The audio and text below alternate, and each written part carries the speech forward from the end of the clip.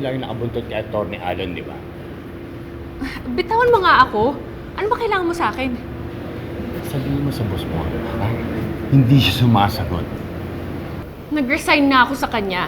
Nandito lang ako para kunin yung gamit ko. Wala akong pakialam.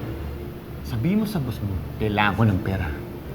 Pag hindi siya dumating, pupunta ako sa presinto at ako mismo ang magbubugan ng bounty na tago niya. Hindi mo yan?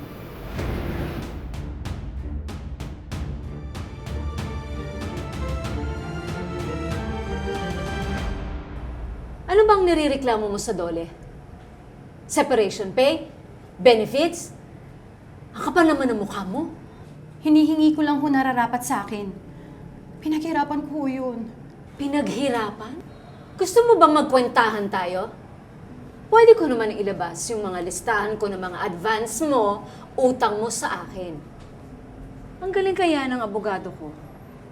Baka ikaw pa nga magbayad sa kahihiyang ginawa mo sa akin. Tama na ho. Kaya tayo nandito para solusyonan ang problema ng maayos at ayon sa tamang proseso. Kumalma na lang ho kayo, Ma'am Yasi. Makipag-usap na lang tayo ng maayos para matapos na to. At huwag niyo rin hong sisigawan ng kliyente ko, Ma'am Yasi. Eh sino ka ba? Eh di naman ikaw ang kausap ko. Ako ho ang abogado ni Alma. At bilang kinatawan niya, may karapatan akong magsalita para sa kanya. Pau, lawyer ka lang. Kasing liit ka lang ng trabaho mo.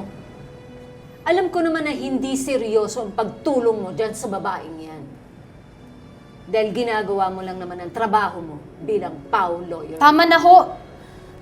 Huwag niyo pong hamak-hamakin si Atty. Lilet. Oo, maliit siya. At oo, Pau lawyer siya. Pero alam niyo po ba siya lang naglakas loob na ipaglaban ako?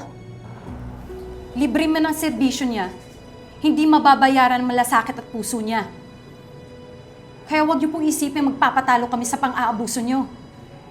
Ipaglalaban ko po ang karapatan ko bilang empleyado at bilang tao. Bilang Pau lawyer, obligasyon ko ho na tulungan ang mga katulad ni Alma na walang kakayahang lumaban sa mga makapangyarihan.